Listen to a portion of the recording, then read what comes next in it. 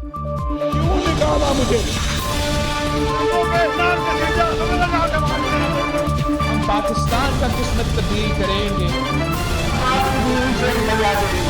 آج ایک پاکستان اور عوام ایک تھے، ایک ہیں اور ایک رہیں گے. جی السلام علیکم. پروگرام میں آج جن مدعات کے حوالے سے بات کریں گے، حکومت کو کم از کم توہین عدالت کا اتنا خوف تو ہے کہ عمران خان سے بانی پی ٹی آئی سے فیملی کی ملاقاتیں مسلسل ہو رہی ہیں. گزشتہ ہفتے بھی عمران خان کی بہن نورین نیازی کی ملاقات کروائی گئی اور آج بھی ملاقاتوں کا دن تھا تو نورین نیازی کی ایک بار پھر عمران خان سے ملاقات ہو گئی. اس حد تک تو حکومت سپریم کورٹ کے احکامات پہ عمل کر رہی ہے توہین عدالت کے خوف سے. لیکن یہ خوف ادھورا کیوں ہے؟ سپریم کورٹ کے احکامات پہ عمل ادھورا کیوں ہے؟ کیونکہ سپریم کورٹ نے تو یہ بھی حکم دے رکھا ہے کہ شفا ہاسپٹل میں منتقل کیا جائے. صرف یہ نہیں کہا سپریم کورٹ نے کہ فیملی کی ملاقاتیں کروائیں، جو کہ ہو رہی ہیں. شفا ہاسپٹل منتقلی کیوں نہیں ہو رہی، اس پہ حکومت ابھی تک ڈٹی ہوئی ہے اور سیکیورٹی کا عذر ہی تراش رہی ہے. دوسری جانب سپریم کورٹ میں نہ ابھی تک حکومت کی نظر ثانی لگ چکی ہے سماعت، اور نہ ہی توہین کی درخواست پی ٹی آئی کی لگ چکی ہے. دونوں پٹیشنز کو نمبر الاٹ ہو چکے ہیں.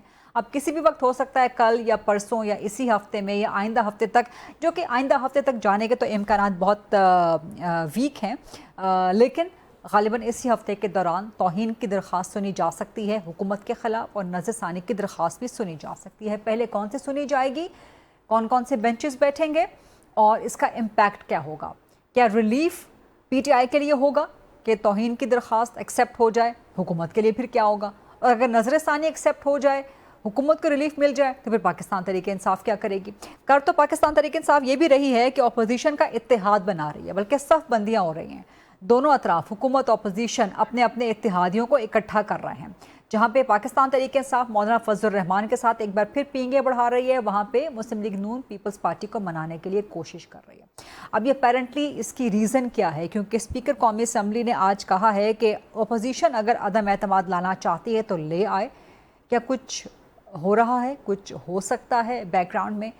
کیونکہ سپریم کورٹ میں کیس لگا ہوا ہے، 27 نومبر کے لانگ مارچ کے کال بھی ہے، درمیان میں اسپیکر قومی اسمبلی اس قسم کا بیان دے دیں، عدم اعتماد کی باتیں کرنا شروع کر دیں. اگرچہ مذاکرات کی باتیں بھی ہوتی رہی ہیں، لیکن اسپیکر قومی اسمبلی نے یہ بھی کہا کہ ہم تو مذاکرات کی بات کر کر کے تھک گئے ہیں.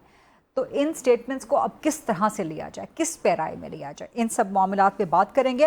اس کے علاوہ فیلڈ مارشل سید عاصم منیر اپنا ایران کا ایک اور اہم ترین دورہ مکمل کر چکے ہیں، اور اس کے بعد خبر یہ ہے کہ اسلام آباد ایم او یو کی بحالی کے قوی امکانات ہیں. ظاہر ہے اس کا پاکستان کی سیکیورٹی پہ، پاکستان کی اکانومی پہ، فائنینشل سچویشن پہ بہت برا اثر پڑ رہا ہے. سو ایکسپیکٹ کیا جائے؟ سب سے پہلے مسلم لیگ نون سے بات کریں گے. میرے ساتھ موجود ہیں حیات حراج صاحب، جو کہ وفاقی کابینہ کا حصہ ہیں، وفاقی وزیر برائے دفاعی پیداوار ہیں اور بڑے زبردست سینئر سیاستدان ہیں پاکستان کے. السلام علیکم رضا حیات حراج صاحب، thank you very much program کے لیے وقت دینے پہ. کتنا خطرہ ہے، کتنا خوف ہے حکومت کو توہین عدالت کی کارروائی کا، اور آپ کے وزیر اعظم کا نام دیا ہوا ہے پی ٹی آئی نے توہین کے لیے؟ نہیں، یہ بالکل غلط ہے. خطرہ یا خوف یہ تو بالکل نہیں ہے. جی دیکھیے، حکومت ایک اسٹیٹ کا پلر ہے، اسی طرح عدلیہ بھی ایک اسٹیٹ کا پلر ہے. تو ان کا اپنا کام ہے، ہمارا اپنا کام ہے. ہماری اوبلیگیشنز میں ہے کہ ہم سپریم کورٹ یا عدالتوں کے جو فیصلے ہیں ان کو انفورس کریں، اور ہم کرواتے ہیں، اور وہ ہوتے رہے ہیں، ہوتے رہیں گے، اور انشاءاللہ ہوں گے. اس کو خوف کا کسی صورت میں یہ عنصر کہیں پہ بھی نہیں ہے. تو اگر یہ کہیں کسی نے کہ یہ لفظ استعمال بھی کیا ہے تو غلط کیا ہے. اکاؤنٹیبلٹی کا خوف نہیں ہے کیا حکومت؟ دیکھیے، اب عدلیہ ایک امپورٹنٹ، جیسے لیجسلیچر ہے، ایگزیکٹو ہے، جوڈیشری ہے، فورتھ پلر از جرنلزم. تو یو کین نیور سے کہ جی ہم لوگ اسکیئرڈ ہیں. It's a respect for the organizations and institutions. آپ کیبنٹ پہ بیٹھتے ہیں، وزیر اعظم سے بات کرتے ہیں، ان کے ساتھ کلوزلی کام کرتے ہیں، تو وزیر اعظم پریشان نہیں ہیں؟ کیبنٹ پہ کسی قسم کی کوئی پریشانی نہیں ہے توہین کے معاملے کو لے کے؟ بالکل نہیں ہے. سوچ بھی نہیں ہے. یہ جو ہے نا کہ خوف و ہراس کے کوئی لفظ ہو، نہیں. They are confident of course کہ توہین کی کارروائی نہیں ہوگی. نہیں، یہ دیکھیے نا، کوئی غلط کریں گے نہیں. دیکھیے جو آپ اپنے اس میں بات کر رہی تھیں، جو ریویو ہوا، ریویو کس بات پہ ہوا؟ ریویو اس بات پہ ہوا کہ refuse before the same bench same court even the same set of lawyers. اس میں اب یہ ہوتا ہے، انہوں نے کہا کہ جی جو آپ نے ایک پرائیویٹ ہاسپٹل کو لسٹ کیا ہے اس کی جگہ آپ گورنمنٹ ہاسپٹل کر لیں. تو اس میں مالی سیکیورٹی ارینجمنٹس بہت سارے ایسے جو معاملات تھے جو کہ لا منسٹر صاحب نے اپنی پٹیشن میں کی، انہوں نے فائل کی ہے. ان کے بیسس جو گراؤنڈز ہیں وہ ریویو میں لکھے ہوئے ہیں. اگر عدالت مناسب سمجھے گی تو اس کو ایکسیپٹ کر لے گی، نہیں سمجھے گی تو خارج کر دے گی. لیکن کیا اس کا مطلب یہ لیا جائے کہ ایک نیوکلیئر اسٹیٹ وہ اپنے سابق وزیر اعظم کو سیکیورٹی پرووائڈ نہیں کر سکتی، نمبر 1، اور نمبر 2 جو سیکیورٹی پیمز میں دی جا سکتی ہے وہ شفا میں کیوں نہیں دی جا سکتی؟ دیکھیے بات سنیے، یہ ایک کچھ تو لاز ہیں آپ کے، اس میں ایشو خدا نہ خواستہ یہ کیسا سوال ہو گیا کہ ایک نیوکلیئر اسٹیٹ اپنے ان کو سیکیور نہیں کر سکتے؟ حادثات ہمیشہ ہو سکتے ہیں، کسی کے ساتھ بھی ہو سکتے ہیں. عمران خان صاحب کو فائر لگا تھا، محترمہ بے نظیر بھٹو پرائم منسٹر تھی، ان کے سگے بھائی کو کراچی میں گولیاں مار دی گئیں اینڈ ہی ڈائیڈ. تو حادثے کے پھر پاکستان ہی کے chief of army staff general Zia الحق، ان کا پلین کریش کر گیا. ایران کا پریزیڈنٹ جو تھا ان کا ہیلی کاپٹر کریش کر گیا. تو دیکھیے حادثوں کو آپ فورسی نہیں کرتے، لیکن آپ کے اپنے بڑی کچھ خطرناک مثالیں دے رہے ہیں، نہیں تو اس میں کوئی سمجھانے غلط کے ہے. لیے بھی بڑی خطرناک مثالیں تو آپ کو سمجھ آئی ہوپ کہ یا میں کنوے کر پاؤں. تو اس کا مطلب یہ ہوتا ہے کہ آپ کو لیپس نہ رہ جائے، سیکیورٹی لیپس نہ رہ جائے. تو لیپسز ہم افورڈ نہیں کرتے. لیکن جو سیکیورٹی پیمز میں ہے سر، وہ سیکیورٹی حکومت شفا میں کیوں نہیں دے سکتی؟ دیکھیے مجھے اس پہ تو انٹیریئر منسٹر زیادہ بہتر بتا سکیں گے جو کہ کیا کس قسم کی سیکیورٹی پیمز میں بہتر ہے یا پیمز.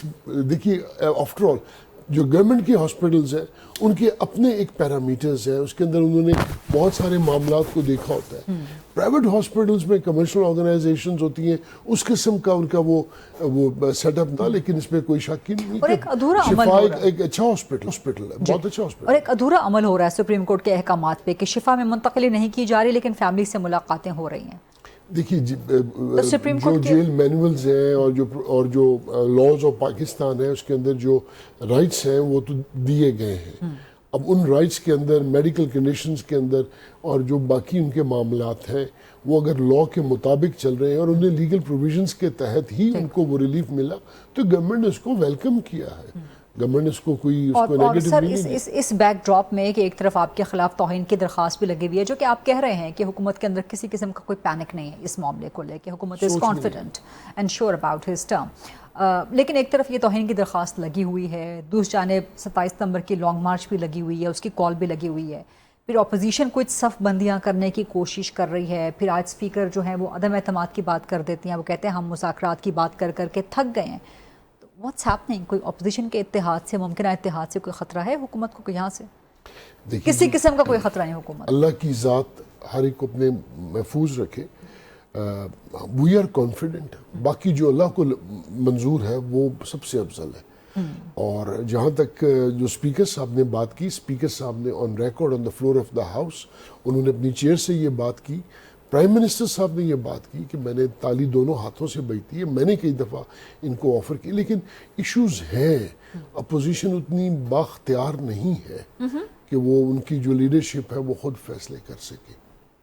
یہ بڑی اہم بات کر رہے ہیں کہ اپوزیشن، اسی لیے وہ مولانا فضل الرحمان کو غالباً ساتھ ملا رہے ہیں. مولانا فضل الرحمان صاحب ایک پولیٹیکل پارٹی کے ہیڈ ہیں، عالم دین ہیں، سینئر پولیٹیشین ہیں، اور وہ بہت سارے معاملات میں مصلحت بھی کرتے ہیں اور بہت سارے معاملات میں وہ کبھی کبھار جذباتی بھی ہو جاتے ہیں. اچھا، لیکن پی ڈی ایم میں جب مولانا فضل الرحمان کو سربراہی دی گئی تھی تو اس وقت پھر عمران خان کو ریموو کیا گیا ان کی حکومت سے. تو ابھی اگر مولانا فضل الرحمان آ جاتے ہیں جو کہ پی ٹی آئی کی بھرپور کوشش ہے، پھر کیا آپ سمجھتے ہیں کہ نمبرز نہیں ہیں؟ You are comfortable in the parliament? You know that madam, issue یہ نہیں ہے. مولانا فضل الرحمان صاحب کو عمران خان صاحب نے تو اپنی حیات میں کبھی عزت سے نام لیا نہیں تھا. ایک سٹیٹمنٹ، ایک لفظ، اب 3 سال پہلے تک تو عمران خان صاحب نے مولانا صاحب کو کبھی ان کے باعزت طریقے سے ان کا نام نہیں لیا گیا. اب جب ان کو ضرورت پڑی ہے تو مولانا صاحب کے سارے وہ ابو رحمۃ اللہ علیہ ہو گئے. تو آپ سمجھتے ہیں کہ کوئی فطری اتحاد نہیں بنے گا پی ٹی آئی کا انجوائے کا، یا بنے نہیں سکتا اتحاد؟ میڈم پولیٹیکل چیزیں ہیں، پولیٹیکل چیزوں کو بندہ ٹھنڈے دماغ سے ٹھنڈا پانی کا گلاس پی کے سوچ کے کرتا ہے. اچھا آپ نے پولیٹیکل چیزوں کی چونکہ بات کر دی ہے تو ایک پولیٹیکل ڈیبیٹ چلتی رہی جو کہ ابھی خیر آپ کی حکومت کے خلاف توہین کی کارروائی کی وجہ سے ذرا بیک ڈراپ میں چلی گئی ہے but the debate is still there and that is the new provinces یا نیو ایڈمنسٹریٹو یونٹس. اب مسلم لیگ نون تو اس کے سخت خلاف ہے اور انہوں نے کہہ دیا کہ پنجاب میں مزید تقسیم نہیں ہو سکتی باوجود اس کے کہ سرائیکی صوبے کی قرارداد موجود ہے but P M L N apparently willing نظر نہیں آتی صوبے یا یونٹس بنانے کے لیے, یا ولنگ ہیں آپ لوگ یا ہو گئے ہیں؟ دیکھیے اب اس کے دو پرسپیکٹیوز ہیں. جی اس کا ایک پرسپیکٹیو ہے جو کہ آفیشیل ہے. ابھی تک یہ بات کسی بھی ہماری پارلیمانی پارٹی میں کابینہ کے اندر پرائم منسٹر صاحب نے اپنی آرا میں کسی کے ساتھ ڈسکس نہیں کی. کیبنٹ میں بھی ڈسکس نہیں ہوا. ٹھیک ہے, آفیشیل تو یہ ہے. ٹھیک.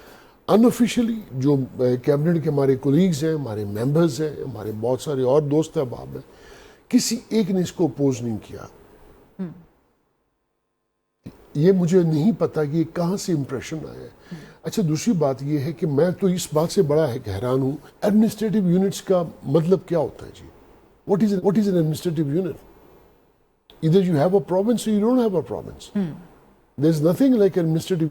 ٹھیک ہے جی, کینٹن کہہ لیں, پروونس کہہ لیں, ڈسٹرکٹس کہہ لیں, اسٹیٹس کہہ لیں, جو بھی نام لے لیں, لیکن اس کی جو جتنی اس کی connotations ہیں, you will have provinces and you need provinces. It is beyond Pakistan کو, اس کی فیڈریشن کو. Let me rephrase, پاکستان کی فیڈریشن کی اسٹرینتھ جو ہے وہ پروونسز میں ہے. کے پی کے اندر بھی بنیں گے, بلوچستان کے اندر بھی بنیں گے, پنجاب کے اندر بھی بنیں گے. I don't know کہ who gave this impression کہ سندھ آپ نے چھوڑ دیا. میں نے سندھ اس لیے میڈم چھوڑ نہیں دیا. سندھ میں جو دو فیکشنز ہیں, ایک سندھ کا فیکشن ہے جو کہ ایم کیو ایم کو ہے, وہ آفیشلی اور انہوں نے پرائیویٹلی بھی.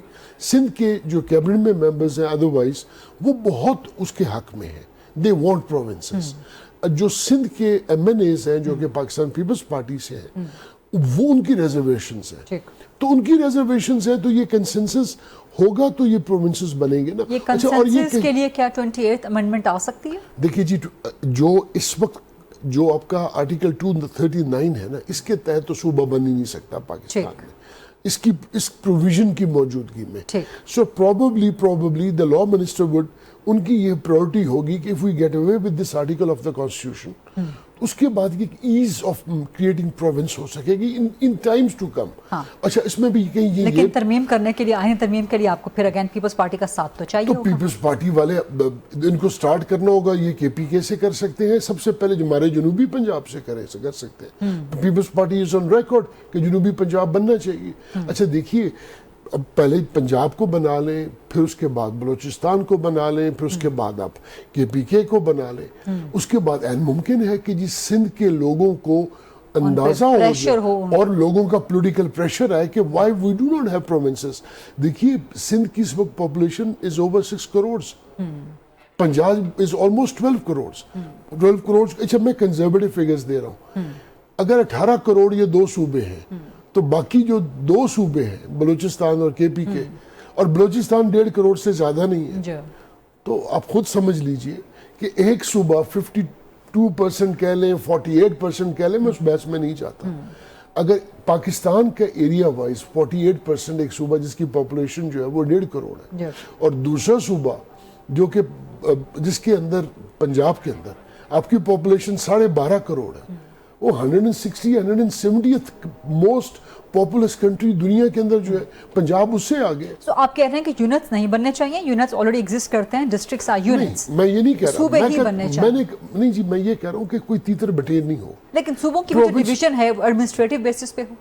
میڈم دیکھیں, یہ ایک کنسنسس پولیٹیکل پارٹیز کے اندر آپ کی سوچ کیا ہے, ایڈمنسٹریٹو بیسس پہ ہو؟ نہیں, میری سوچ ذرا مختلف ہے. میں یہ سمجھتا ہوں کہ پنجاب کے اندر کم از کم آپ کو اس کو 3 صوبے بننے چاہیے. ایک جنوبی پنجاب,